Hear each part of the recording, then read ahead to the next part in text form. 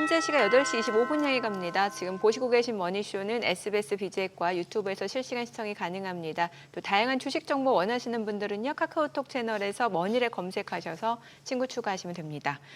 지난 주말에 여러 가지 뉴스들이 있었는데요. 일단 뭐 미국의 고용 상황 생각보다 좀 많이 안 좋았던 것 같고. 네, 그렇죠. 예, 여기에다가 금리 인하 기대감은 더 커질 법한데 글쎄요. 일단 또 이번 주 CPI 발표되잖아요. 네. 이것도 좀 봐야 될 것 같고 여기다 또 우리 기업과 관련된 소식은 앞서 저희 오프닝 때 얘기했던 내용이잖아요. 그렇습니다. 예, 그게 우리 뭐 토일 지나면서 이렇게 뉴스의 많은 부분을 차지했었죠. 관련된 또 우리 또 분들의 가족분들은 또 걱정들도 많았을 것 같은데, 야 거기다가 뭐 이런저런 국제적인 이벤트도 진짜 많습니다. 그렇죠. 뭐 러우 전쟁은 언제 끝날까 싶고, 네, 또 계속해서 러시아의 키이우 수도에 대한 공격도 소식도 들리고, 또 이시바 총리 결국 또 물러났고, 그러게요. 뭐 그러다가 머스크 1조 달러, 1천조 원. 1,400조죠. 네, 1,400조. 원 돈방석 하길래 싶었더니 배가 아파서 막 알아보니 지금 당장 주는 건 아니네요. 조건이 많네. 차도 팔아야 되고 로봇도 팔아야 되고 뭐 시총도 얼마까지 한 8배 끌어올려야 되고. 네. 그래서 일론 머스크는 약간 남의 나라 이야기 아니에요? 얼마를 돈을 받던. 이상한 나라의 머스크 뭐 이런 느낌. 네. 그래요. 자, 지금 이제 미국 장이 어제 금요일 날 개장 초 급등 출발 후에 흔들리는 모습을 봐서는 고용 지표를 가지고 고민이 많은 것 같아요, 미국도. 네, 수사님이 또 그 보여주셨던 종목 중에 브로드컴 차트. 브로드컴. 예, 9% 급등이긴 합니다만 사실 개장하고 나서 16% 정도. 맞아요. 예. 보니까 개장 초에 시가가 16.23% 네. 급등 개법 출발하니까 옳다고 하고 거기서 따라 붙으면서 16.41%까지 올랐습니다만 쭉 미끄러져 가지고 9.41%. 이게 보니까 지금 그러면은 장중 고점에 바로 들어갔던 사람은 그날 장 마감 후에 보니까 자기는 6% 마이너스인 거예요. 그렇죠. 뭐 그런 상황이 됐고 지금도 프리장에서 약간 0.76% 마이너스 뭐 그런 식으로 보이고 있어가 브로드컴에서도 보니 사람들이 급해요 보니까 그죠? 지금 심리가 혼재돼 있는 상황인 것 혼재돼 같아요. 간다 싶으면 따라 예. 붙었다가 또 못 가면 그거 하기도 하고 하는데 불안함, 기대감이 다 있죠. 예, 불안할 때 또 약간 청심환 역할을 하시는 분이 오늘 또 나오시네. 네, 레그넘 투자자문의 이춘광 대표님 함께합니다. 어서 오세요. 어서 오세요, 이 대표님. 예. 아니 전에 한번 들었던 것 같아요. 레그넘이 무슨 뜻이죠? 레그넘 투자자문. 개인적으로 굉장히 저는 좋고 반가운 질문이고요. 네. 그 마켓의 레짐이 어떻게 형성돼 있냐. 레짐이. 네. 영어 단어 레짐의 라틴어 어원입니다. 네. 그러니까 이제 킹덤, 뭐 왕국, 통치, 지배 이런 뜻이 있죠. 예. 그래서 조금 저희 스타일대로 이 미미하지만 반영을 한번 불러일으켜 보자 이런 뜻을 좀 담았습니다. 레짐의 라틴어다. 네. 제가 봐서는 그냥 매그넘으로 하세요. 옛날에 그 더티 해리의 이스트우드가 썼던 네. 그 44 매그넘 그 총처럼 강하시잖아. 가끔 PB분들이 전화 오셨을 때 매그넘 자리 좀 보내주세요. 이런 경우들이 있습니다. 그 참 매그넘 권총 지금도 기억에 생생합니다. 화력이 어마어마하다고 그 하죠. 엄청난 반동 이렇게 쏘는 이거. 예. 아니 근데 지금 그거 고용지표 지금 저걸 시장이 어떻게 봐야 됩니까? 야 이거는 금리 인하 왔어고 거의 100%고. 네. 근데 조금 장중 흐름을 보니까 이거는 좀 생각보다 많이 약한데 이러면 경기 둔화내지는 침체감 이 걱정도 있었던 것 같아요. 저는 뭐 일단 포지티브하게 가는 방향이기 때문에요. 일단 그 네. 지론을 계속 유지할 생각이고요. 사실은 우리가 그 고용 관련한 지표가 4가지가 있지 않습니까? 네. 고용 보고서가 아주 뭐 벤치마크라고 하죠. 굉장히 중요하게 취급이 되고 ADP 민간 고용 보고서, 그다음에 졸트 보고서 또는 뭐 챌린지 그레이어도 있는데 그거는 중요한 것 같지는 않고 매주 발표가 되는 주간 실업수당 청구 건수가 있죠. 저는 개인적으로 가장 중요한 거를 주간 실업수당 청구 건수를 보고 그 다음을 ADP 민간 고용을 봅니다. 왜냐하면 이 2가지가 유일하게 하드 데이터로 근거해서 발표하는 수치거든요. 근데 이제 이 고용 보고서 같은 경우가 네. 가계 한 6만 가계 그리고 네. 한 63만 개의 정부기관 포함해서 기업에다가 설문조사를 해요. 그렇게 해서 산출하는 겁니다. 그러니까 지난 주말에 스카펠 센터가 분명히 한마디 했죠. 아 이번 고용 데이터 노이즈가 되게 많아. 아, 그런 것들만 봐도 이제 그렇다는 거고 또 하나는 제가 한 한 달 전 조금 미리 뭐 봤다는 감은 없지 않아 있는데 이 여름 시즌이 네. 늘 아시겠지만 미국 교사분들은 실업률로 잡힙니다 방학 때. 네. 우리나라처럼 급여 나오고 그게 아닙니다. 그리고 미국 여름에 이제 공장들 방학이라고 교사가 월급이 안 나와요. 실업률로 잡힙니다. 그래요? 네네. 어. 매년 그래요. 그리고 공장에서 기계 돌리고 그러면 노후화도 되고 녹도 슬고 그럴 거 아니겠습니까? 네네. 그럼 그걸 개보수로 한단 말이죠. 네. 그때 고용 노동자들을 되게 좀 쉬었다 오세요. 한 두세 달. 이게 계절성이라는 게 분명히 있어요. 그러면 6, 7, 전월 8이. 대비보다는 전년 동월 대비로 봐야 되는 게 더 뭐 그럴 수 명확한 있겠죠. 거예요? 뭐 전년 대비도 그렇고 전월 대비도 그렇고 네. 수치는 그러니까 지금 제가 띄워드리는 그래프를 그 옆에 그래프일 텐데 그 다음 그래프일 텐데요. 예, 저게 지금 10년 동안의 비농업 신규 일자리가 지금 7만 건에서 2만 2천 건으로 떨어졌다는 거 아닙니까? 예. 근데 최근 거 21년도 거부터 제가 이렇게 조그만 박스로 갖고 온 거 보시면 좀 확대해서. 네네. 예. 추세를 보시면 조금 하향하고는 있지만 이 국면별로 굉장히 올랐다가 떨어졌다고 굉장히 반복을 하고 있죠. 네. 떨어지는 국면이 저게 여름 국면이에요. 여름에 항상 저런 시즈널리티가 분명히 있습니다. 그렇기 때문에 사실은 제가 지난달에 8월 발표하는 게 25만 8천 건 5, 6월 달에 많이 줄어들어서 8월 달에는 그래 좀 늘지 않겠냐라고 저도 보기 좋게 빗나갔는데 네. 요번 이제 9월 달 거 발표하는 것, 요 다음 달 발표하는 고용 보고서는 지금보다는 그래도 조금 상승하는 폭으로 분명히 나오지 않을까 하는 생각이 듭니다. 그래서 아까 소장님께서 이제 시장이 조금 과하게 반응한 거라고 말씀해 주셨는데 네. 저의 시각에서는 예. 고용 보고서 발표에도 불구하고 그래도 선방했다 정도 생각했습니다. 그래요? 그 정도면 예. bad is bad라고 만약에 이게 시장에서 받아들였다고 하면 지수 기준으로 거의 1% 이상 빠져야 되는 그런 정도의 사실은 쇼크였잖아요. 예. 네. 근데 나스닥 같은 경우는 거의 마이너스 0.02 정도밖에 안 빠졌고 S&P 500 0.3, 0.4 마이너스 수준 그 정도면 저는 선방했다고 보고 있습니다. 저는 아까 굿모닝 마켓에서 시총 10위까지 이렇게 주가 흐름을 얘기하는 거 보면서 아무리 브로드컴이 9%대 급등, 테슬라도 3%대 급등이었지만 10개 중에 그 시총 큰 애들이 그렇게 2, 3%씩 빠지고 했는데도 지수가 저렇게밖에 안 밀렸다? 거의 보합이다? 네. 그건 기술 빅테크들 말고는 나머지는 그렇게 많이 안 빠졌다 내지는 바로 올랐다고도 볼 수 있는. 맞습니다. 근데 저는 이거 말이에요, 이 대표님. 네. 7월도 어제 발표된 이제 8월 고용지표지 않습니까? 근데 항상 이렇게 그 전달 거를 갖다가 수정하는데 네. 이게 6월께 아주 황당했잖아요. 맞아요. 예. 애초에 14만 7천 명 증가를 했다가 이걸 갖다가 한 달 뒤에 14만 7천이 아니고 14,000명이에요. 거의 10분의 1 토막을 내더니만 이번에 또 마이너스 1,000, 이게 13,000명. 14,000명 증가가 아니고 13,000명 줄었네요 하면서 마이너스가 나와버렸어요. 그러니까요. 이거는 좀 지표가 좀 심한 거 아닙니까? 그래서 스카페 센터가 이거 노이즈가 많아라고 얘기를 했고 출근하면서 아침에 제가 들어보니까 네. 주말까지는 안 나왔었는데 예. 모 방송에서 지난달인가요? 예. 통계국장인가를 해임했지 않습니까? BLS, 예. BLS. 네. 그러면서 이 통계 방법을 바꾼 게 아니냐 월가에서 지금 그 얘기가 나온다고 합니다. 그래요. 예. 뭐 그런 정도의 좀 노이즈가 그러니까 이거는 조금 신뢰가 많이 떨어지는 수치의 폭이잖아요. 그래요. 예. 저 이래 되면 이 지표를 갖다가 무슨 뭐 예측하고 뭐 이라는 게 의미가 있나 의미가 싶을 없는 정도로. 그렇죠. 그래서 저는 일관되게 아까도 모두에 제가 소개드리면서 그 6만 예. 가게 6만 개의 가게 그리고 예. 63만 개의 정부기관 포함 법인 기관 기업들에 대해서 설문조사 기반이라고 했는데 어떤 데이터든 소프트 데이터 설문 기반의 데이터들은 그렇게 신뢰성이 높지 않더라고요.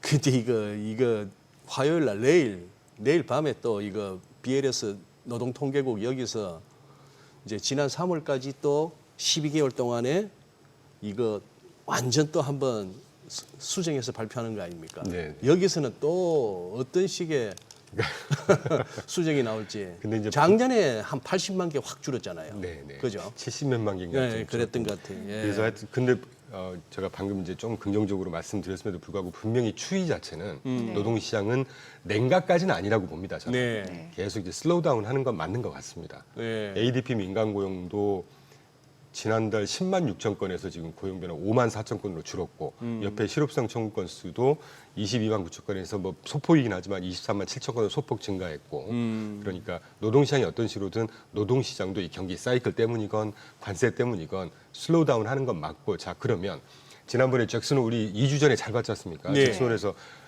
그때 지난주에 제가 찾아뵙지를 못해서 제대로 말씀 못 드렸는데 잭슨홀 사실 그렇게 전체의 그 스테이트먼의 내용 자체가 비둘기파적은 아니었다고 저는 판단하거든요. 네. 그렇게 매파적이었으면 매파적이었지 그렇게 비둘기파적은 아니었지만 네. 에도 불구하고 이 제롬 파월의 스테이트먼 사실은 노동시장의 방점 두 줄로 폭등을 했었지 않습니까? 특이한 큐리어스한 밸런스였다 노동시장이.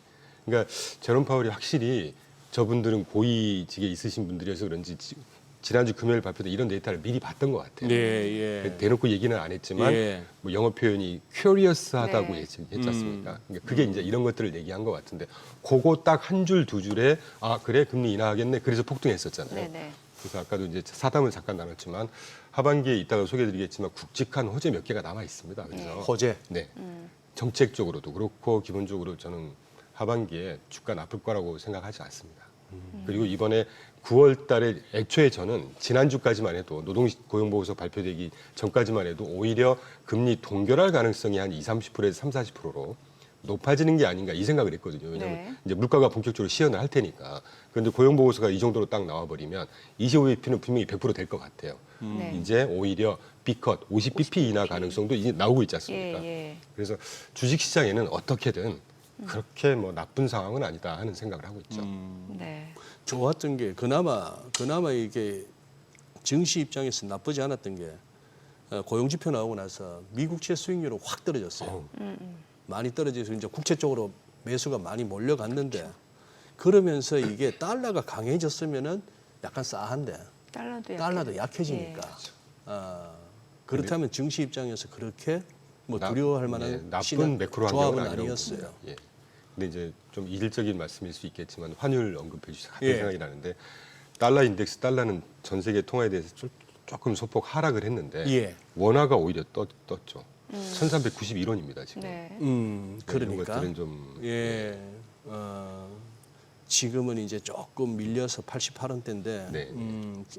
개장 전에 뭐 네. 흐름은 그러한데요. 미국 NDF 시장은 1386원인가. 예, 많이 떨어졌었죠. 달러 약세를 반영하면서 그렇게 갔는데 NDF보다는 또 이제 개장 초를 앞두고 한 2, 3월이라도 올라오는 그런 양상이고 안 빠진다는 거니까 안 빠진다. 우리나라 경제 펀더멘털을 좀 고민해봐야 안 빠진다 그 말씀하시니까 미국도 미국이지만 우리나라 장을 보고 참 그렇게 얘기하시니까 어떤 방송에서 같이 얘기하다 보니까 아 이거 참 좋은 질문이다.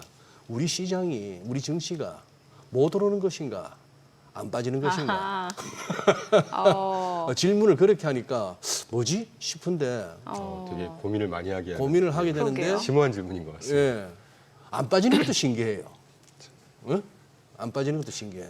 근데 사실은 23년, 24년 동안 미국만 보더라도 거의 25%씩 매년 상승을 했지 그러니까요. 않습니까? 네. 복리로 따지면 거의 60% 상승한 겁니다. 예. 그 2년 동안 한국 시장은 이랬죠. 예. 그러니까 거기에 대한 반발 매수 정도로는 그 정도는 생각할 수 있지 않을까 하는 생각이 듭니다. 뭔가 추가적인 상승 동력이 지금 부재한 동력이 없다는 게 상황이고. 문제인 거죠. 아까 말씀하신 추가적인 아직 남아 있는 2025년 그래도 추가적인 호재가 몇 개 더 있다. 네. 금리 인하로 인한 어느 정도의 유동성 부분에서의 조금 힘이 되는 거. 네. 외에 또 뭐가 있죠? 그리고 이제 그래프를 갖고 오긴 했는데 그냥 말씀만 드리죠. 예. 예전에 한번 그 유동성 프락시라고 그래서 제가 그 TJ 잔고, 뭐 예. RRP 이런 거 총망라한 미국 전체 통화량 보여드린 게 있을 텐데 최근에 그게 줄고 있어요 지금. 그럼 지금 말씀해주신 호재는 우리 증시가 아니라 미국 시장에 한해서라는 거죠. 네. 아. 죄송하지만 예. 그나마 미국 뭐 시장입니다. 미국이 좋아야 우리도 뭐 뭐 물론 그렇긴 영향은 합니다만. 좀 받을 예. 수 있을 테니까요. 네. 예. 근데 줄고 있는데 이게 그 TJ 잔고가 왜 7월달에 그 감세한 예. 할 때 이제 부채 한도 상향하고 이제 고간을 채워야 될 거 아니겠습니까? 네. TJ 잔고가 연초에 7,800억 달러였다가 두 달 전에 3,000억 달러 줄어들었다가 지금 6,600억 달러로 계속 채우고 있습니다. 그 말은 시중 유동성 이슈를 좀 빨아들이면서 잔고를 채워놓는다는 얘기죠. 지금 이게 6,600억 달러까지 올라왔어요. 네, 자료는 정보가. 제가 갖고는 있는데 네네. 그걸 이제 보통 8천억에서 8,500억 달러 수준까지 일단 맞춰놓고 네. 그러고 또 공격적으로 집행을 예, 한단 말이죠. 그게 법이 딱 통과되면 3개월에서 한 5개월 정도로 쑥 빨아들이면서 이게 채워놉니다. 이게 거의 막바지에 왔다는 얘기죠. 그러면 9월이든 10월이든 정도부터는 공격적인 정부 지출을 또 해낼 거란 말이죠. 그때는 돈이 풀린다. 그렇죠. 그거에다가 내년도에 우리 여러 번 언급했지만 11월 3일 날 중간선거 하지 않습니까? 이 예. 말이 총선거입니다.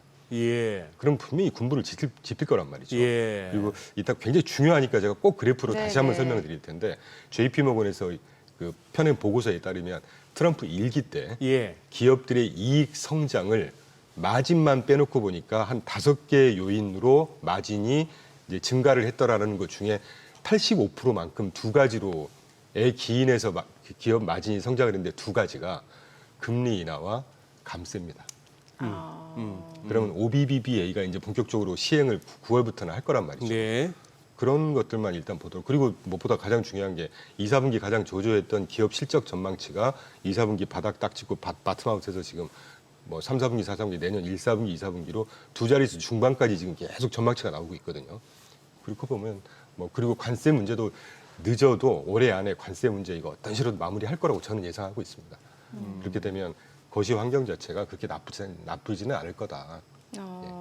아니 그런데 그 관세 얘기해 주셨으니까 제가 어떤 뉴스 찾아보니까 2026년이나 돼야 대법원 판결이 나올 거라고 하는데 이거는 역으로 얘기하면은 그때까지 지금 트럼프의 관세 부과가 계속해서 이어질 수 있다라는 거잖아요. 그렇죠. 그렇게 생각할 수도 있고 만약에 예. 단기적으로 이게 진짜 최종 위법이야라고 해도 네. 그때도 한번 소개드렸는데 무역법 123조로 기억하고 있고 또 막 338조 정말 중요한 거는요. 무서운 거는요. 네. 슈퍼 301조 기억나시죠? 예. 아. 십몇 년 전에 우리나라 예. 예. 그게 제일 무서운 겁니다. 그걸로 지금 그 지난주 이따가 소개드리겠지만 백악관에서인가요? 그 빅테크 수장들하고 지금 회의하면서 네. 뭐 얼마 투자하겠다 막 이런 소식 좋았지 않습니까? 예. 말미에 반도체 관련해서 슈퍼 301조 나 쓸 거야 분명히 언급했어요. 그게 진짜 무서운 거예요.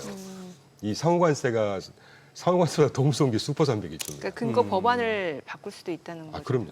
그리고 또 엄밀한 저의 해석인데 예. 죄송하지만 지난주에 찾아뵀어요 이런 말씀을 드렸었는데 참 너무 죄송한 것 같은데 이번에 그 법원에서 내린 판결문을 정확하게 뜯어보면 네. 이게 대통령이 그 IEEPA의 근거에서 때린 상호관세가 위법이다라고 그렇죠. 표현을 했지만 예. 그게 조금 더 뜯어보면 예. 대통령이 쓰지 말라는 겁니다. 이건 의회 권한이지 네가 남용하지 마 이거거든요. 예. 그러면 지금 공화당이든 민주당이든 상원이든 하원이든 공화당이 지배하고 있는 상황을 네. 놓고 볼 때 네. 시차가 조금 있을 뿐이지 가능성 자체로 보면 그대로 유지될 가능성이 높지 않겠습니까? 그러게요. 이제 그런 생각들을 하고 있는 것이죠. 지금 저 자료 화면, 저 영상이 나오고 있습니다만 저게 이제 로즈가든 새 단장 하고 나서 빅테크 수장들 네, 로즈가 멜라니아 여사가 초청해서 이제 5찬인가 만찬인가 하는 네. 장면인데 만찬할 때 바로 트럼프 대통령 오른쪽에 마크 저커버그가 앉아 있고 멜라니아 왼쪽에 거기 빌 게이츠가 앉아 있고 저 맞은편에 뒤통수 보이는 양반이 그 구글 CEO 그 이름 뭡니까 그. 야 근데 저커버그도 잘하더만요 짜웅. 야, 대단해요. 주택이긴 하지만 너 얼마 투자할 건데 했더니만 뭐 딱 나오고 그럼 빌 게이츠 너는 뭐 이렇게 되고 구글 얼마 할 거야 하는데 저 밥값이 엄청나더만요. 밥값이 6천억 달러 막 몇백억 달러씩 그냥. 근데 저는 저커버그의 표정이나 그 구글의 무슨 차이 그 CEO 이렇게 뒤통수밖에 안 보였습니다만 표정이 얼추 보이는 게 얼마나 속으로 떨고 있었을까. 2020년 그때 선거 때 2020년 선거 때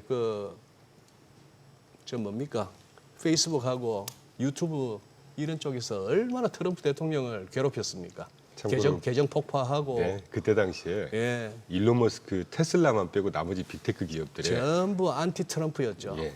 지금은 이제 살려주십시오 하고 있는데 그래 뭐 속으로는 뭔 생각을 하는지 모르겠습니다. 저분도 참 포카페이스예요. 너 얼마 투자할 거야? 뭐 이런 식으로 하니까. 근데 저기서도 그걸 바로 금액을 바로 적어갖고 사인 받아야 되는데 말로만. 근데 이제 트럼프의 특징이라면 특징이 반드시 계속해서 팔로우업을 하는 거죠.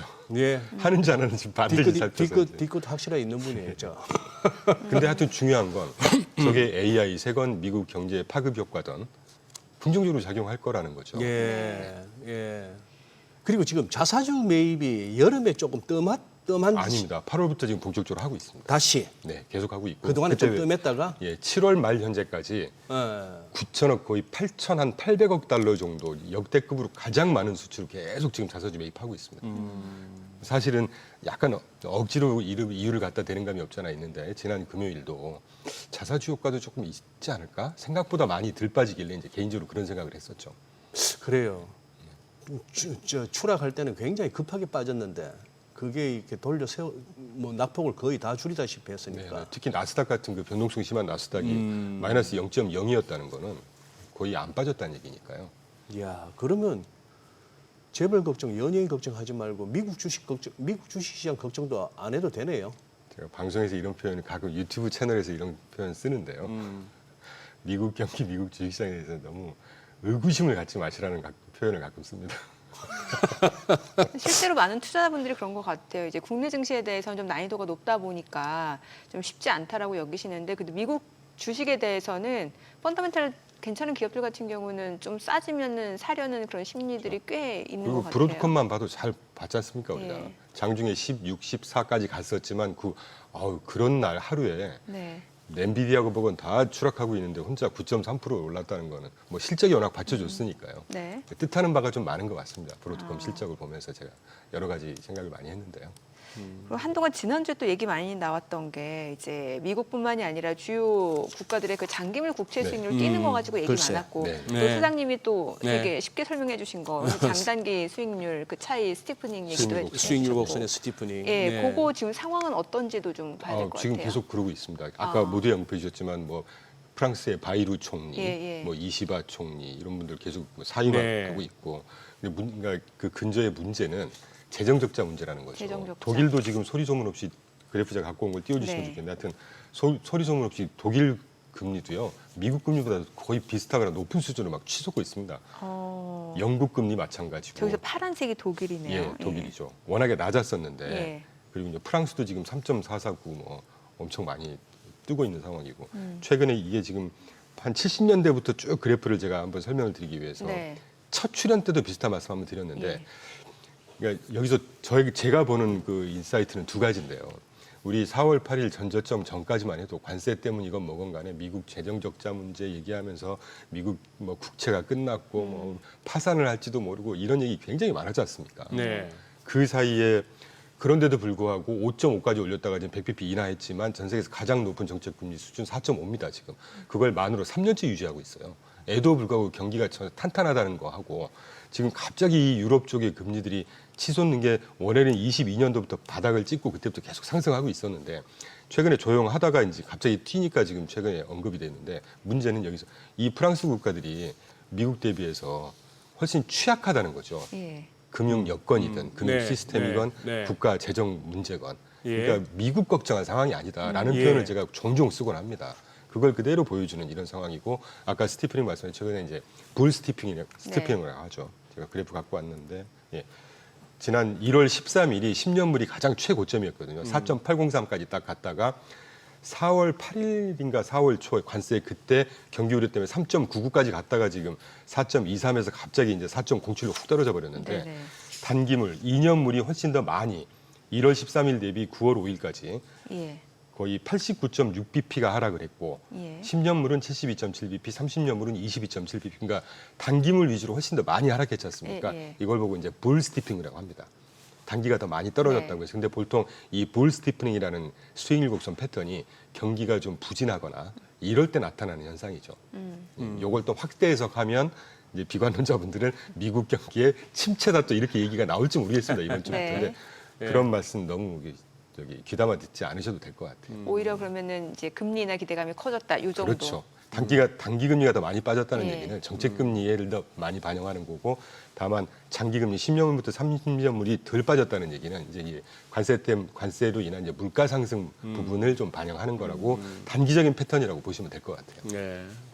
오늘 뭐 시청자분들 이해를 돕기 위해서 이렇게 숟가락을 한번 얹자면은 스티프닝하고 플래트닝은 이제 아실 건데 네. 단기보다 장기가 더 가파르게 올라가는 게 스티프닝. 이렇게 좀 평평해지면 플래트닝인데 거기다가 앞에 불과 배열을 붙이는 게 그래서 네 가지 조합이 나옵니다만 불은 그냥 채권 시장 입장에서 불이란 것은 채권 가격이 올라가는 겁니다. 그러니까 금리가 낮아지는 와중에 가팔라지면은 불 스티프닝, 금리가 올라가는 와중에 가팔라지면 베어 스티프닝, 올라가는 중에 플랫해지면 베어 플래트닝. 네, 그렇죠. 그렇게 이해하시면은 뭐 이렇게 좀 용어에서 괜히 잘 모르는 용어가 나오면은 그냥 이렇게 넘어가고 싶거든요. 어렵고 지루해지고 그렇잖아요. 맞아요. 예. 그렇습니다. 요새 그 여담이지만 최근에 이제 초보 투자자분들을 위한 콘텐츠를 제작하는 곳에서 연락이 오셔서 안 그래도 이제 그런 걸 좀 찍고 있어서 생각이 네. 드는데 이런 그 어려운 용어가 나오신다고 해서 절대 부담 안 가셔도 됩니다. 네. 인터넷이나 구글에 찍어 보시면요 설명 다 잘해줍니다. 맞아요. 맞아요. 그렇습니다. 그리고 또 우리나라 개인 투자자만큼 이렇게 금융 지식이나 이런 쪽에 밝으신 분들도 전 세계적으로 머리가 비상하시잖아요. 네, 얼마나들 공부들 하시는지 네. 그러니까 대충 어설프게 얘기하면은 바로 그냥 지적당합니다. 아우 저도 댓글이 야 제대로 알고 나와라 뭐 공부 더 해라. 공부 더 뭐 하고 와라 뭐 이런 식으로 이제 되는데 경제에 대해서 오늘 패널은 경제에 대해서 아무 식견이 없다. 뭐 이런 근데 아까 저기 그 각국의 국채 수익률 겹쳐놓은 그 그래프에 자막도 뭐 이시바 이제 사임 그것도 나왔습니다만 아까 그 그림에서 저는 개인적으로 말이죠 이 대표님 저 노란색인가요 둥그렇게 해서 올라가는 속도는 완만합니다만 굉장히 바닥 다지면서 가는 게 저게 일본인데 난 저 급하게 V자로 올라가는 쟤들보다 올라가다가 막 끝에 와서 좀 버둥버둥거리는 다른 나라보다 저 일본이 더 겁이 나요. 네. 아, 왜냐하면 엔캐리 트레이드 자금이 예. 어마어마하다고 하지 않습니까? 추산하는 기간마다 예. 틀린데 네. 뭐 20경이라는 데도 20조 달러라는 데도 있고 뭐 6조 달러라는 데도 있고 하여튼 거의 10조 달러 이상일 겁니다 아마. 예. 추산하는 기관이 없으니까 정확한 수치가 없는데 예. 그 작년에도 사실은 작년 7, 8월 달에 엔캐리 트레이드 자금 때문은 아니었는데 예. 그때 주간 실업 청구수가 갑자기 폭등을 하면서 촉발을 해서 이제 엔캐리의 이유를 갖다 대서 그런 것이지. 사실 금리는 7월 31일 날 올렸는데 네. 8월 5일 날 시장이 맞습니다. 화들짝 예. 놀랐거든요. 근데 이제 진짜 실제로 그럴 리는 없다고 보는데요. 음. 엔캐리 트레이드가 진짜 청산하기 시작한다 그러면 정말 큰 요동을 칠 수가 있죠. 전 세계 어마어마한 규모로 투자를 다 해놨을 텐데 그거는 서로가 이 암묵적으로 해야 될 겁니다. 우리 그것만큼은 피하자. 너도 죽고 나도 죽는다. 그리고, 네. 예. 그리고 소장님이 워낙 더 잘 아시겠지만 옛날에 와타나베 부인들이 투자했을 때가 예. 네. 거의 제로 마이너스 금리에서 투자했기 때문에 예. 웬만큼 금리가 뜨고 엔화가 강세가 된다고 해서 그 엔캐리 트레이드 자금 자체가 굉장히 초장기 성격들의 자금이기 때문에 네. 단기 움직임 때문에 막 왔다 갔다 하지 않습니다. 저는 그렇게 믿고 있고 말씀이 나온 김에 두 번째 제가 이 그래프에서 인사이트가 뭐냐면 한번 오래전에 소개드렸지만 저도 채권 매니저로 이 사회생활을 처음에 시작했거든요. 네. 그래서 이제 얼마 안 하고 이제 네, 다른 네. 분야를 했는데 이 보시면 장기 금리가 계속해서 한 40년 동안 쭉 하락하는 추이잖아요. 그랬죠. 채권쟁이들 따뜻했죠. 따뜻했죠. 자고 나면 금리 떨어지고 돈 버니까. 근데 그런 시기 이제는 당분간 안 올 거다. 2020년 팬데믹 때가처럼 지금 바텀아웃이 보이시겠지만 정확하게는 2015년, 2016년 정도가 한번 딱 바텀업 하는 추세가 있다가 몇 년 쭉 올라가다가 팬데믹 때 경기가 안 좋아지니까 떨어졌다가 이제 바텀아웃 하고 있거든요. 네. 이게 장기 추세가 이제 뉴노멀화가 되지 않나 하는 생각이 들고 있습니다. 그래서 네. 최근에 그 4.07까지 10년물 금리가 갑자기 하루 만에 훅 떨어지긴 했지만 다시 분명히 되팀이 있을 거예요. 그래서 막 3.5 가고 3% 가고 그렇게 가능성 높지 않다. 아, 그래요. 이제 소장님이 왜 그 일본 10년물 국채 수익률이 약간 걱정이 되는지는 알 것 같은 게 이게 둥글게는 올라가고는 있는데 그 기울기를 보면은 다른 나라 대비로는 약간 가파르게 가는 거예요. 그 기울기라는 걸 이렇게 네, 지금 그래프도 그렇게 보여주고 있습니다. 그래서 그게 아마 조금 우려가 되시는 것 같다라는 말씀을 해주신 것 같아요. 그리고 지금 이제 차기 총리로 지명될 사람이 네. 또 이제 어떤 식의 정책을 갖다가 표방할지 우리 세금 깎아줘 재정 지출 늘려 하면 이건 더 올라갑니다. 더 올라갈 수도 예, 있죠. 그래요. 그런 것들을 좀 봐야 될 것 같습니다. 네. 자, 지금 시각 8시 54분 향해 갑니다. 오늘 양시장 호가 상황 좀 체크해 보도록 하겠습니다. 먼저 코스피 예상 체결지수부터 좀 확인해 볼게요.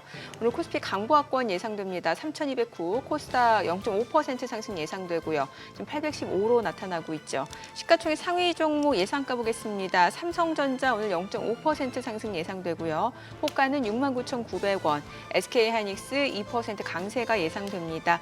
예상 체결가는 279,500원이고요.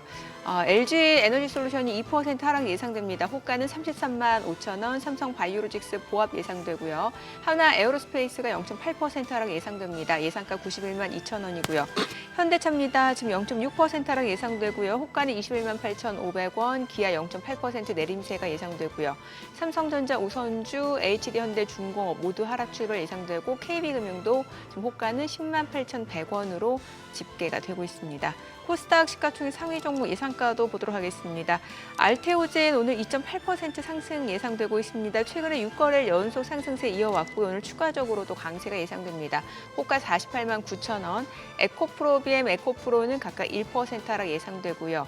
예상가 11만 4,700원, 4만 9,150원이고 팩토론 지금 호가 30만 1,000원으로 집계가 되고 있습니다. 이 가운데 파마리서치가 1.5% 상승 예상되고요. 예상가 64만 원. 리가캠바이오입니다. 오늘 3% 강세가 예상됩니다. 지금 호가는 15만 7,200원. ABL바이오, HLB 모두 1% 상승 예상되고요. 레인보우 로보틱스도 지금 예상 체결가 27만 7,500원 상승 예상되네요. 삼천당제약도 호가 20만 1,500원으로 나타나고 있습니다.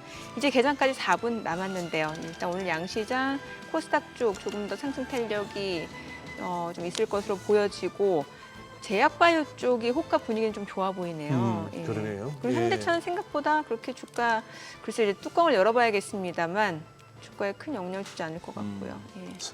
그래도 뭐 미국이 한참 건설 중인 그 합작 공장에 네. 건설을 갖다 막겠다는 뜻은 아니잖아요. 예. 이번 사태가 이렇게 주는 어떤 외교적인 시사점이 있는데 거기에 잘 읽고 대응해야 될 것 같아요. 예. 타이밍이 참 공교롭죠. 뭐 여러 가지로 많은 얘기들이 나올 수 있는 그런 상황이었습니다.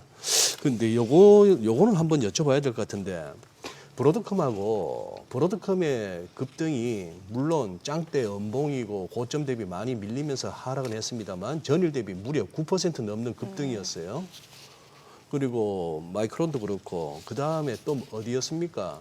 좌우지간 우리도 AI 칩 만들겠다 하는 데가 여기저기서 많이 나오잖아요.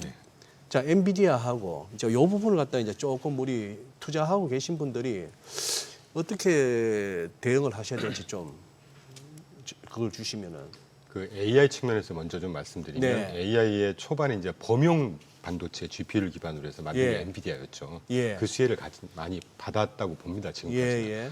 그리고 제가 이 자리에서도 한 번인가 언급드렸는데 이제 앞으로는 이 범용 반도체, AI용 반도체에서 이제 스페셜라이즈된 맞춤형 반도체 시대가 올 거다. 왜냐하면 AI가 보편화되고 범용화될수록 그 AI를 기반으로 해서 속된 표현으로 써먹을 만한 분야들이 막 세분화될 거 아닙니까? 예. 거기에 특화되어 있는 게 지금 브로드컴이거든요.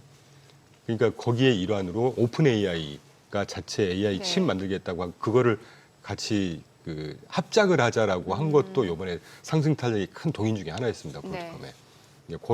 그런 소식들이 계속 나올 거고 조금 더 확장해 보면 그 어디 알리바바에선가 또 반도체 AI 맞아요. 만든다고 예. 그런 것들도 자체치. 이제 물론 이제 뭐 물론 범용이긴 추론이냐 합니다만, 예. 그렇죠. 이제 그런 것들이 이제 계속 되지 않겠습니까? 엔비디아가 언제까지 뭐 엔비디아 독주 체제가 될 거라는 생각은 저는 안 했고 그때 정민 앵커님 한번 기억나신지 모르겠는데 제가 넥스트 엔비디아가 브로드컴이 될 것 같다라고 표현드린 적이 있거든요. 예. 사실은 그래서 제가 개인적으로 좀 연초에 샀는데 약간 사심 있는 멘트인데. 기분이 네. 좋죠. 그래서 식사를 한번 제가 모시겠습니다. 그래서 제가 자랑할 봤던- 때는 예. 일단 밥부터 사고. 그러니까요. 네. 그래서 이 브로드컴 같은 회사들이 이렇게 실적이라든가 넥스트 이 AI의 다음 챕터 그러니까 AI를 굳이 우리가 단계별로 보면 인프라 초기 투자도 아직 안 끝났지만 네. 여기에 기반으로 이제 그 범용 반도체, AI용 반도체가 이제 기반을 깐다면 그 다음부터는 또 이제 맞춤형 반도체 여러 가지 앱이 또 필요할 테니까 그런데 초입에 딱 있는 회사가 저는 네. 제가 뭐 종목에 그렇게 막 힘도 있는 전문가는 아니지만 브로드컴 같은 회사가 그런 회사라고 보고 있죠. 저 CEO 이름이 옥탄요? 네. 혹탄? 혹탄입니다. 혹탄. 자, 이제 우리가 머스크는 뭐 누가 해도 알고 젠슨 황도 압니다만 이제 브로드컴 CEO도 좀 알아야겠는데 뭐 하시는 분입니까? 어느 나라 사람이에요? 죄송하지만 저도 찾아보지 못했습니다. 왜냐하면 브로드컴 회사만 보지 일론 머스크만큼 막 CEO에 대해서 우리가 막 회자가 안 돼가지고요. 이제 좀 혹탄 혹탄입니다. 폭탄이 아니고 혹탄. 근데 제가 볼 때 혹탄이면 이 태국 쪽 그쪽이 태국 아닌가 쪽. 하는 느낌을 살짝 한번 정민 앵커님 찾아보시는 것 같은데. 제가 찾아볼까요, 얼른? 아, 예. 야, 근데 이게 그때 배트맨이란 용어 나온 게 언제쯤이었습니까? 그게 작년 자- 초, 네. 작년 말쯤이었던가? M7은 훨씬 전에 나왔고 M7은 훨씬 전에 나왔고. 브로드컴이 작년 중반 정도부터 했던 걸로 기억납니다. 야, 그 M7이 그 배트맨 얘기 나왔을 때 샀더라도 이거는 뭐 대박이네. 거의 따블이네. 예. 제가 200불 땐가 진입했으니까요. 200불 때 사셨다고? 네. 그냥 밥 갖고는 안 되겠는데 이거 고기인데. 네. 금액이 작아서. 예. 그래서 이런 추세는 계속 상승 탄력을 가져가지 않을까 하고 이번에 또 네. EPS 성장률도 굉장히 알겠습니다. 탄력적으로 잘 그래요. 나와서요. 네. 네. 중국계 말레이시안 1위. 중국계 말레이시아. 네. 그리고 국내 증시로 확인해 보죠. 개장합니다.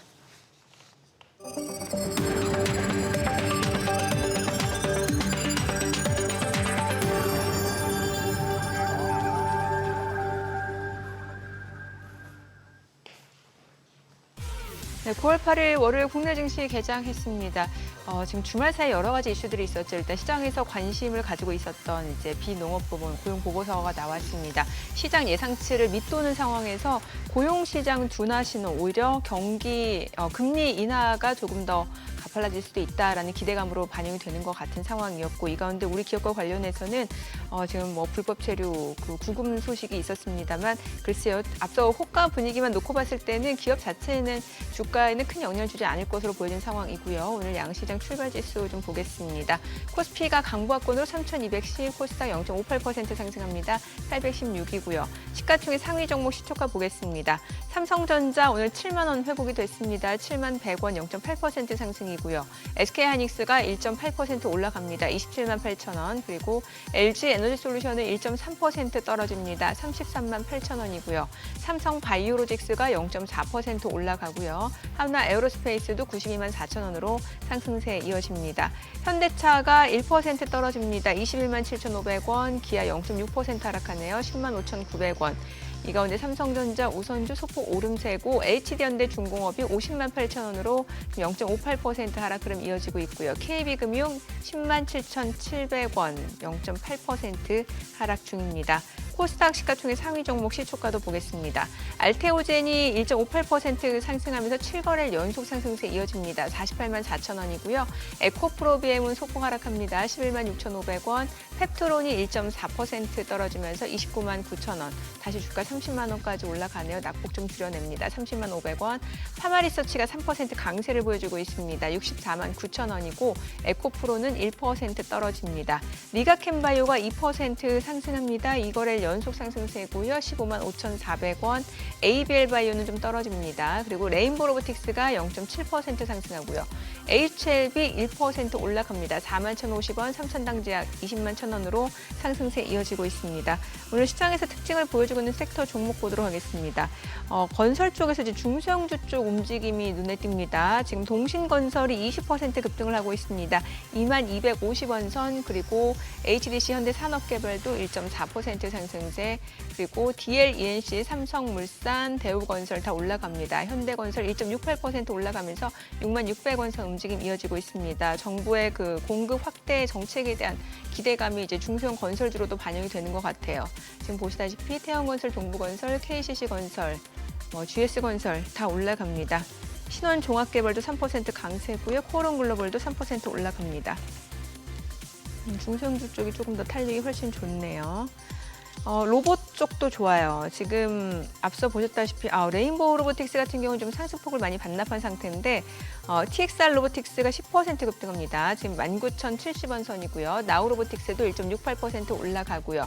엔젤 로보틱스, 로보스타 1% 안팎으로 상승세고 오늘 ENM, T로보틱스 올라가고요. 아즈넥스텍, 러셀 다 올라갑니다.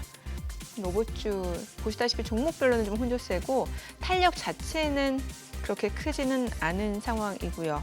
또 줄기세포 관련주 바이오시밀러 쪽도 좋습니다. 지금 줄기세포 쪽에서는 이제 안트로젠이 3.68% 올라가고 있는 상황이고 강스텐바이오텍도 1.8% 올라가고요. S바이오메딕스도 2.9%, 이엔셀도 2.48% 상승세입니다. 지금 보시다시피 SCM생명과학, 네이처셀도 1% 이상 상승 흐름 보여주고 있습니다. 수급 상황 체크해 보겠습니다. 오늘 유가증권 시장에서는 외국인이 73억 원 순매수고요. 개인과 기관은 각각 35억 원, 33억 원 매도 우위를 나타냅니다. 코스닥에서는 개인 투자자가 463억 원 매수 우위, 외국인과 기관은 각각 395억 원, 53억 원 매도 우위를 나타내고 있습니다. 환율 체크해 보겠습니다. 달러 환율입니다. 2원 50전 하락한 1388원 50전에 개장이 됐습니다. 오늘 1390원 밑도는 거 좀 오랜만에 보는 느낌인데요. 제 느낌에는. 그러네요. 예. 여기서 이제 뭐 83원, 73원 뭐 이렇게 네. 짚어지는데 1373원도 내렸으면은 뭐 의미 있는 기술적 신호가 나오는 거고요. 아직까지는 박스권입니다. 우리 지수나 환율만 봐서는 이 와중에 이제 또 업종별 종목별로 이제 움직이는 그게 있는데 건설주는 왜 움직이는 거죠 오늘? 그 정부 주택 공급 확대 정책 그 얘기가 있더라고요. 아, 그래요? 예, 그러면서 이제 LTV 같은 경우는 강남구 쪽은 이제 40%로 낮추게 되고, 아하. 예, 그러니까 대출을 줄이고, 음. 근데 주택을 공급하겠다고 하는데 대출을 줄이면서 저도 잘 모르겠어요. 아, 뭐 유주택자 전세담보대출 2억 원 한도로 줄이고 그런 와중에 그 주택 공급을 확대하겠다. 잘 모르겠어요. 아 그래요. 네. 부동산 쪽은 우리 정민 앵커 촉이 대단한데 잘 모르겠다 하면은 아니, 정책의 방향성을 잘 모르겠어요. 방향성을 잘 예. 모르겠다. 좀 지금 정부의 정책 방향성이 약간 혼란스러워요, 저는. 그렇죠. 뭐 친기업, 반기업 뭐 이런 얘기들도 뭐 자꾸 이제 혼란스럽죠. 어떨 때는 보면은 그거 한데, 예, 그러니까. 예. 저기는 어쨌거나 이중강 대표께서는 나올 때마다 이제 미국 증시 특히 위주로 해서 그렇게 조금씩 조정의 조짐이 보일 때마다 그렇게 걱정할 건 아니다 하는 쪽이시고. 네. 큰 거기- 방향에서는 네, 큰 방향에서 거기에 대해서 저나 정민 앵커까지 맞장구를 치면은 이거는 안 좋은 거고 우리가 경험상 네. 옆에서 자꾸 이렇게 딴지를 걸어야 네, 이런 사람이 있어줘야 꾸역꾸역 잘 가니까. 아니 실적 측면은 어때요? 뭐 EPS 쪽은 뭐 계속해서 월가에서 추정할 거 아닙니까? 지금 제가 간만에 안 갖고 와서 그러는데 네. 원래 지난 2, 4분기가 예. 가장 저조했습니다. 네. EPS 분기별 EPS 연율화 수치를 보통 보거든요. 네. 그게 4.9% 전망을 했었어요. 원래 예. 가장 저조했는데 그게 실제 뚜껑을 딱 열어놓고 보니까 11.8%가 찍혔고요. 이 정도면 굉장히 잘 나온 건데 3, 4분기, 4, 4분기로 갈수록 뭐 8%, 9% 이런 식으로 가다가 내년 1, 4분기, 2, 4분기가 피크인데 네. 14%까지 전망치가 치솟았던 걸로 제가 기억이 납니다. 13% 아니면 14%였을 거거든요. 그리고 또 하나 이제 그런 말씀 먼저 드리고 제가 그 그래프를 갖고 온 것 같은데 네. 기업 이익 그래프를 제가 기업 오늘은 이익이요. 노동시장하고 물가만 다루지 아, 않을까 그래요? 싶어서 나갖고 왔는데 네. 최근에 EPS 성장률이 그런 걸 근거로 했을 때 팩스셋에서 나온 데이터를만 봐도 계속 바텀아웃을 탄력적으로 하고 있습니다. 그리고 네. 어닝스 리비전이라고 해서 기업 이익 수정 비율이라고 하지 않습니까? 그게 또 굉장히 그 골짜기를 보이면서 탄력적으로 상승하고 있고요. 저거 아닙니까? 예. 가져왔는데 최근에 보시면 이렇게 쭉 이렇게 올라가는 추세로 지금 꺾이고 올라가고 있지 않습니까? 위에 거는 뭐고 밑에 거는 뭡니까? 위가 날짜 시기가 다르네요. 시기가 보는 게 아마 한 달 전 대비 뭐 이런 시기일 텐데 제가 이상하게 제가 오늘 파일을 다른 걸 갖고 왔는지 제 그래요? 파일은 안 보여가지고 지금 그래서 어쨌건 추세가 지금 올라간다. 갈수록 계속 4월 그러니까 이번 2, 4분기 바닥을 딱 찍고 계속 올라가는 추세로 지금 나오고 있다는 게 중요한 것이죠. 저도 궁금해지네요. 위에가 뭐고 아래가 뭔지. 이게 글씨가 너무 작아서. 제발 좀 이 대표님 그거 좀 막 죄송합니다. 안경 벗고 막 이렇게 막 화면에 눈 갖다 대고 좀 그러지 마세요 좀. 위에 그래프가 ETF 그 바텀업 ETF라고 그래서 쉽게 생각했을 때 우리가 모든 기업들의 이익 전망치를 망라한 수치라고 보시면 되고요. 예. 그다음에 밑에 게 ETF 탑다운이라고 그래서 업종하고 시장별로 평균을 낸 다음에 그걸 가지고 계산을 하는 뭐 그런 산식의 좀 차이가 있는데 그냥 위에 기준 수치를 보시면 됩니다. 아, 위에. 네네. 뭐 허리춤에서 매그넘 44 끄집어낼 것 같은 사람이 안경 막 벗고 이러니까 좀 영 막. 제가 이렇게 노안이 와가지고. 인간적이세요, 엄청. 그리고 이제 그 다음 페이지가 혹시 기회를 주셨으니까 네. 하반기에 당장 단기적으로 우리가 좀 그 체크를 해봐야 될 지금 보시는 건데 보시면 업종별로 오른쪽으로 상승하는 업종이 있고 하락하는 업종이 있지 않습니까? 그리고 제가 하나하나 업종을 소개해드리진 네. 않겠지만 상승이 예상되는 업종에 뭐 투자를 하는 그런 뭐 좀 참고를 하시면 좋지 않을까 하는 생각을 하고 있는 것이죠. 네. 여전히 IT, 커뮤니케이션 서비스 이거는 뭐 M7이나 빅테크가 포함되어 있는 네네. 곳이니까요.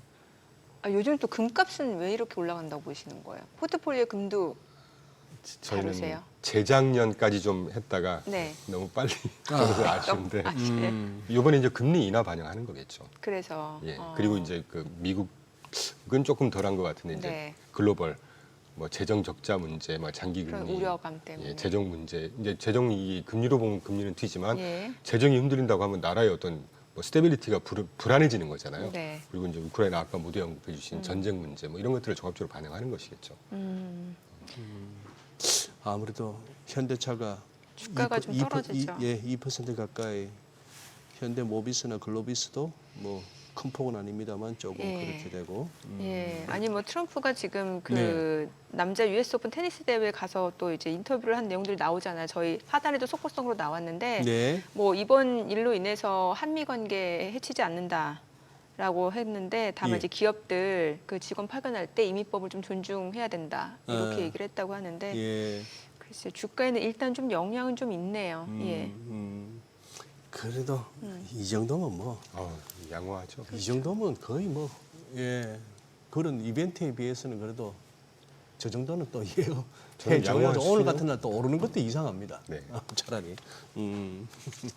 아니 그래서 어떤 섹터를 보는 게 좋아요? 뭐 한참 저희가 또 요즘에 얘기 안 하고는 있었습니다만 뭐 AI 버블론도 있었잖아요. 그런데 어떤 쪽을 보는 게 좋아요? 이제 미국 쪽에 한해서 많이 보시니까 일단 단기적으로 좀 예, 얘기를 단기적으로. 나누시죠. 예, 예. 단기적으로. AI야 뭐 워낙 이제 아, 초입이니까 네네. 쭉 가져가는 거 상관없는데 금융 쪽하고 부동산 쪽 금융 괜찮을 거라고 부동산. 보고 있습니다. 중소형도 마찬가지지만 예. 단기적으로는 왜냐하면 이제 9월 18일로 기억하는데 그때 이제 FMC 분명히 금리 인하할 거거든요. 네네. 금리 인하하면 가장 직격탄을 맞는 수혜받는 업종 뭐 산업 예. 중소형도 중소형이지만 부동산. 그다음에 금융입니다. 그리고 네. 방금 보셨던 업종별로 EPS가 성장하는 쪽에 보면 파이낸셜스가 들어가 있어요. 그래서 뭐 그 정도 생각해 보시면 어떨까 하는 생각이 듭니다. 그 지난주가 좀 흔들흔들했는데 금요일 날 하루 노동 고용 보고서 딱 나오면서 금리가 대폭 굉장히 큰 폭으로 10몇 pp씩 인하하면서 네. 부동산 업종이 또 굉장히 많이 떴습니다. 저희 아, 포트폴리오 중에 예, 리츠만 예. 투자하는 포트폴리오가 예. 1.5%인가 상승했어요. 한 해에. 예. ETF로만 구성을 해놓는데 업종은 그러니까 시장 전체적으로는 마이너스권이었는데 그러니까 그런 것들을 보면 확실히 가끔 여담이지만 가끔 제가 다른 방송이나 채널에서 부동산 추천을 하면 댓글에 네. 무슨 말도 안 되는 부동산 추천을 하냐 막 이러시는데 왜냐하면 우리나라 부동산을 보는 앵글을 그대로 미국을 보시는 것 같아요 투자자분들이 이 시장 자체가 틀리고요. 근데 버핏도 일찌감치 그 뭐 레나라든지 닥터우턴 이런 기업들을 다 디아로튼. 봤잖아요. 네, 예, 예. 이게 보니까 어찌됐건 그 미국 주택건설 쪽이고 그렇죠. 예, 분명 이게 시사하는 바가 있는 것 같아요. 그리고 금리가 인하가 되면 30년물 모기지가 따라서 인하될 예. 거고 그러면 이제 주택 사실 좋은 말씀이니까 참 이정민 앵커님 촉이 되게 빠르신 것 같은데 저희가 갖고 있는 리츠 중에 최근에 성과가 제일 좋은 게 레지덴셜 리츠라고 그래서 주거용 리츠입니다. 예. 지금 슬금슬금 30년물 모기지 금리가 조금씩 떨어지고 있거든요. 네. 거기에 직격탄을 맞는 그래서 지난 30년 동안 경기 침체가 없는 한에 금리가 인하가 되면 주식보다 성과가 더 좋은 게 부동산 섹터예요. 그래서 우리나라 뭐 태형건설 하나 막 안 좋아지니까 뭐 경기 자체가 막 흔들리고 부동산 시장 자체가 흔들리는 이런 식의 시각을 그대로 미국 부동산 시장을 보시면 안 됩니다. 이 사이즈가 자체가 틀리고요.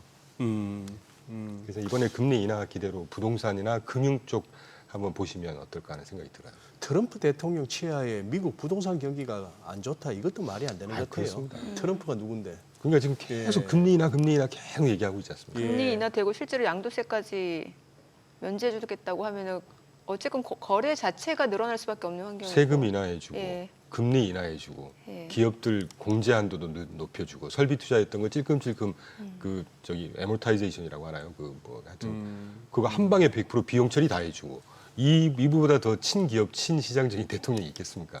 저 절대 트럼프 칭송하자는 건 아닌데 실제 정책을 보면 주식시장에는 호재일 수밖에 없는 정책을 펴고 있거든요. 예. 저는 그런 생각하고 있습니다. 조금 더 확장해서는 여전히 제가 똑같은 말씀드리지만 경제의 양적 성장을 계속해서 서포트하는 정책을 계속 펴고 있다는 얘기죠. 그래요. 예. 아니 뭐 전략을 좀 그래서 이제 미국 쪽을 보시는 거고 자산별로 봤을 때 그럼 채권 쪽이나 이런 쪽은 어떻게 보시는 거고요? 저 같으면 예. 단기적으로 채권 비중은 조금 줄이겠어요. 줄이고 미국 주식 쪽. 주식으로 계속 가져가. 다만 주식은 뭐 늘 아시겠지만 그 업종별로도 좀 다변화해야 될 지금, 것 같습니다. 예, 예. 지금 현재 한 달 반째 됐다고 저는 조정장이라고 보거든요. 지금도 아 여전히. 주간으로 보면 예, 업종별로 등락을 계속 예. 반복하고 있습니다.